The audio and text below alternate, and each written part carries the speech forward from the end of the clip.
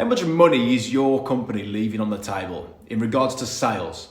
How do you know how effective your marketing is? Could it be even more effective so it impacts those sales? So today, guys, we're going to talk about sales and marketing psychology, specifically around the tool that we use of disc profiling, because it's a very simple tool that we can start to get our head around and really up those sales. So how does disc profiling work then? Well, if you can imagine this axis, and along this axis here, we've got the outgoing scale. So along going down here, we've got outgoing. And across the top, we've got the task. So if you're on this side of the chart, then you're more task focused. If you're on this side of the chart, then you're less task focused. If you're on the upper side, more outgoing, and if you're on the lower side, less outgoing. Now, we've got 4 different types of people then that fit into this grid. High Ds, which are more dominant. High Is, which are influential people. High Cs, which are more compliant people. And S's, which are more steady, stable people. Now the thing is, each one of these people are going to have different sorts of behaviours depending on what their disc identity is telling us. So if they're high D, then these are going to be the dominant people, are going to be people that are going to be really direct. They want to get it over and done with. They're going to be task focused and more results orientated. For high Is, these are more influential people. They like to be around people. They like to be influenced. They like to have a nice, friendly environment. They like to be well known in the community. So we need to think about that as well. What's going to hurt their reputation? If we're too hard on them, too task focused, is that going to hurt their reputation? For C's, high compliance, then everything needs to be done by the book. Everything needs to be task focused, tick the boxes, 1, 2, 3, 4, everything needs to be ticked with them. Of course, these are more reserved people, less outgoing, so you can see the opposite between the D's and the C's. Now with the steady, these are people that aren't as task focused and aren't as outgoing. So where we see the I's that are really about being around people, then these people are going to be people that like to keep themselves to themselves and just get on with it. It's a great trait to have as well.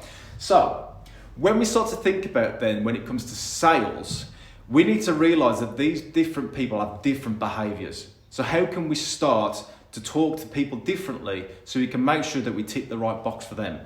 Now the thing is then really, is this all comes down to how do we actually spot within the first 10 seconds what sort of profile somebody is? Well, we can actually tell by their language, can't we? We can tell by speaking to somebody on the phone. Are they somebody who chats and starts to ask about how you are and talk about the day? Then they're most likely a high I person.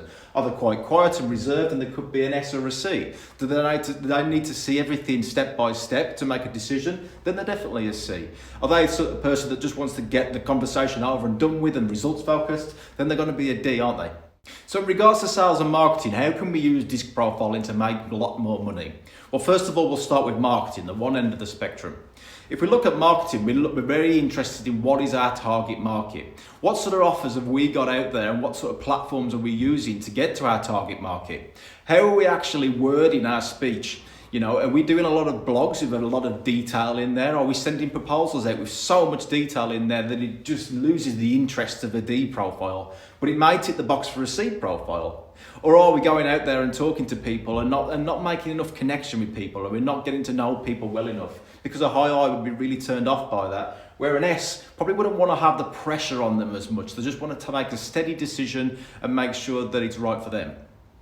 So we talked about disc profile and marketing. Now let's look at disc profile and sales. So you're in a sales conversation, you're in a sales meeting with somebody. If you overstay your welcome there, you're not focused on the task, that is really going to turn off a D. So making sure that you're task focused, these are the things that we need to cover today to get you X result, is what's going to really tick the boxes for a D profile. Now with an I, they're going to want to know about your day, they're going to know about your lifestyle, they want to know about who you are, how you make them feel, how you make them feel more important. So we need to start thinking about what sort of communication and conversations we can put into place to get an I feeling really good about where they want to go with the product and how it can serve them.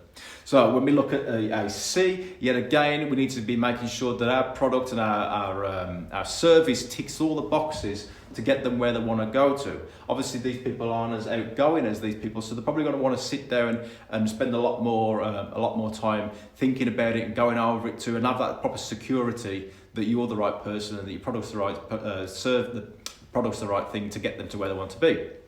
And the same for an S as well, you know, guys. An S obviously less task focused, so they do need to be having a lot more thinking around it. So if you're a salesperson that's dealing with an S, then you need to be making sure that they feel comfortable, that they feel stable, that everything is going okay. If you rock the boat too much and be a D with an S, then you're totally going to lose the sale. It's not going to happen. Same for C's and I's. If you're too out there talking about things like how's the family, how was your last holiday and things like that, a C is going to be like, well, how does this tick the box to where I want to go? So you can start to see now the opposite ends of the spectrums that you need to be working with. Now, as a salesperson, guys, where's the best thing to be on this sort of disc profile? Where is the best place for you to be? Well, right here in the middle, isn't it? You need to be able to change the way that you deal with different people, and understanding the way that their disc profile works is going to ensure that you make them feel most comfortable and most the person who's going to get them to where they want to be.